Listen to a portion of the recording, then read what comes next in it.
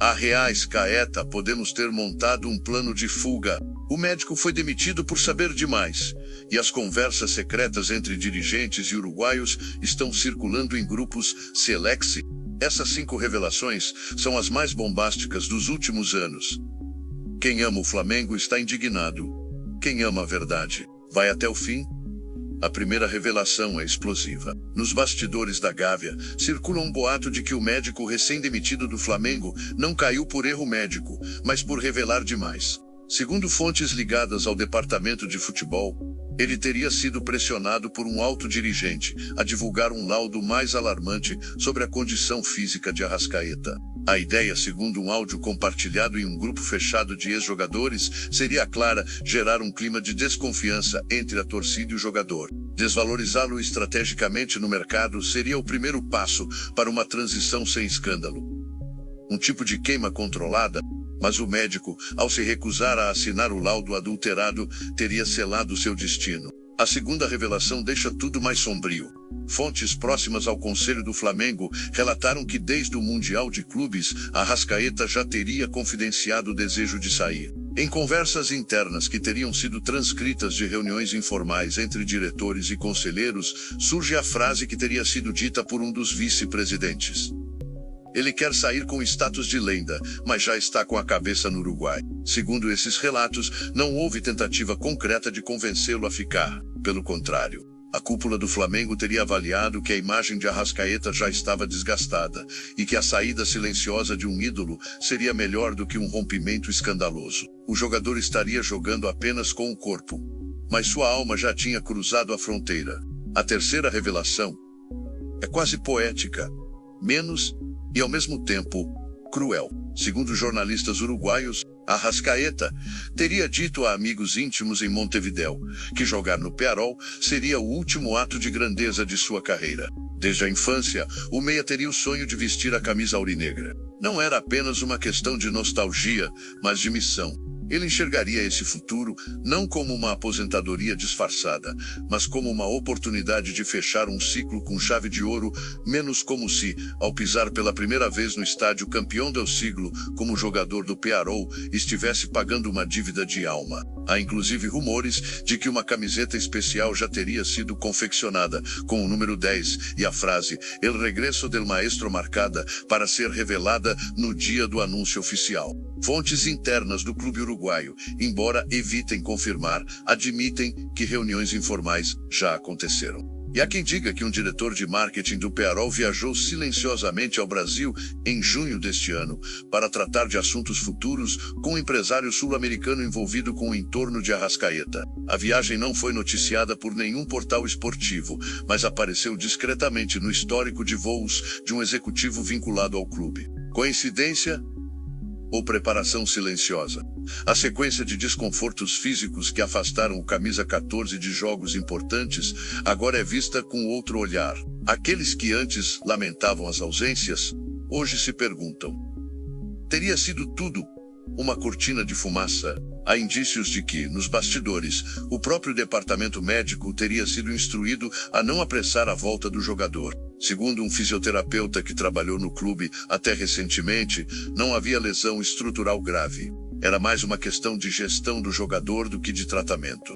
Mais do que o corpo, o que estava em tratamento era a imagem. Arrascaeta teria usado o tempo fora de campo para reorganizar sua relação com a torcida, evitar confrontos diretos e, sobretudo, menos construir uma saída elegante. Cada aparição no banco de reservas com feições fechadas, cada substituição acompanhada de aplausos contidos, cada postagem neutra nas redes sociais. Tudo isso, agora, parece parte de um roteiro pré-definido, um roteiro que não inclui escândalos, apenas silêncio. O tipo de silêncio que grita nas entrelinhas. A entrevista que concedeu em março, onde falava em focar na recuperação e seguir ajudando o time, agora ganha contornos ensaiados. Segundo um jornalista que cobria o clube na época, o jogador teria exigido que nenhuma pergunta fosse feita sobre o Mundial, nem sobre seu futuro. "Falamos só do presente", teria dito o empresário. Na época, muitos acharam normal. Hoje parece quase uma pista deixada de propósito. O Flamengo, pressionado pela sua própria torcida, optou pelo silêncio institucional. Não negou, nem confirmou. Fontes de dentro do clube dizem que o presidente preferiu não confrontar Arrascaeta publicamente. Por 3 motivos.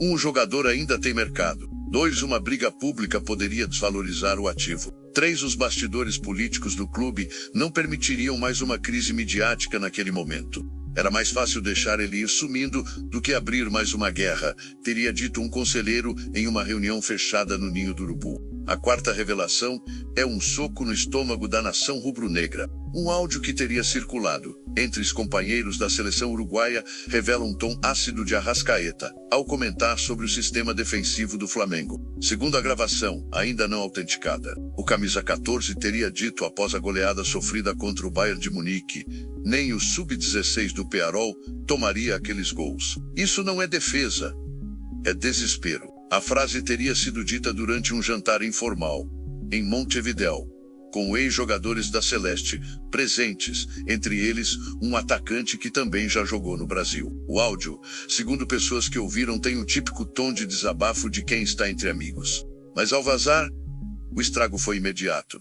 Grupos de WhatsApp de jornalistas esportivos começaram a borbulhar. A gravação não chegou à grande imprensa, menos ao menos, não oficialmente, mas caiu nas mãos de figuras influentes ligadas à diretoria, que ficaram chocadas. Para alguns, foi a gota d'água. Para outros, a confirmação de que Arrascaeta já não sentia mais pertencimento ao clube. Fontes próximas ao elenco afirmam que, depois desse episódio, alguns jogadores passaram a evitá-lo no vestiário. Um lateral, inclusive, teria pedido ao treinador que fosse posicionado longe dele durante os treinos. A relação entre Arrascaeta e os defensores do time, especialmente zagueiros e volantes, teria esfriado ao ponto de interferir nas dinâmicas de campo. A confiança teria sido rompida. O vestiário, que sempre viu Arrascaeta como uma liderança técnica, passou a vê-lo como uma peça isolada. Um ídolo que antes unia, agora dividia. E essa divisão teria começado não em campo, mas nas entrelinhas de um comentário que caiu como dinamite entre os muros da Gávea. A 5ª revelação confirma o ponto sem retorno. Durante a viagem de ônibus para o confronto contra o Red Bull Bragantino, Arrascaeta teria se sentado ao lado de um antigo parceiro de meio-campo. O que era para ser uma conversa trivial, acabou se transformando em confissão. Segundo relatos de um funcionário do staff técnico que preferiu o anonimato por medo de retaliações, o uruguaio teria dito: aqui acabou para mim. No Pearol, eu sou o maestro.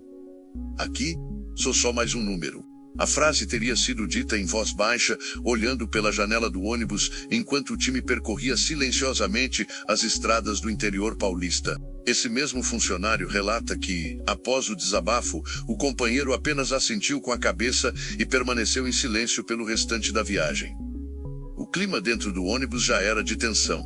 A derrota anterior havia exposto as fragilidades do time, mas aquela frase, solta no ar, ficou ecoando como um aviso. A comissão técnica, que ouve tudo o que acontece sem se intrometer, teria se reunido no dia seguinte para discutir como lidar com o clima emocional da equipe. A conclusão foi unânime. A saída de Arrascaeta era uma questão de tempo. A diretoria não se manifestou oficialmente, mas segundo um jornalista esportivo que acompanha o clube há décadas, a ordem foi clara: afastem os microfones dele. Vamos deixar o tempo falar. De fato, desde então, Arrascaeta passou a ser menos requisitado para entrevistas, menos citado em coletivas e, aos poucos, sumiu das campanhas oficiais do clube nas redes sociais.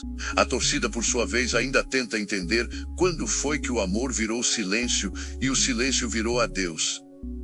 O torcedor está ferido, mas a pergunta que ecoa é ainda mais profunda. Arrascaeta traiu o Flamengo? Ou apenas seguiu o roteiro que a diretoria também ajudou a escrever? Você acredita que essa saída já estava planejada desde o Mundial? Ou tudo foi resultado de má gestão e desgaste natural? Comenta aí o que você acha dessa bomba. Aproveita e se inscreve no canal, ativa o sininho e deixa o like para não perder as próximas revelações que estão vindo aí. Sua opinião é muito importante para a gente continuar investigando o que acontece por trás das cortinas do futebol brasileiro.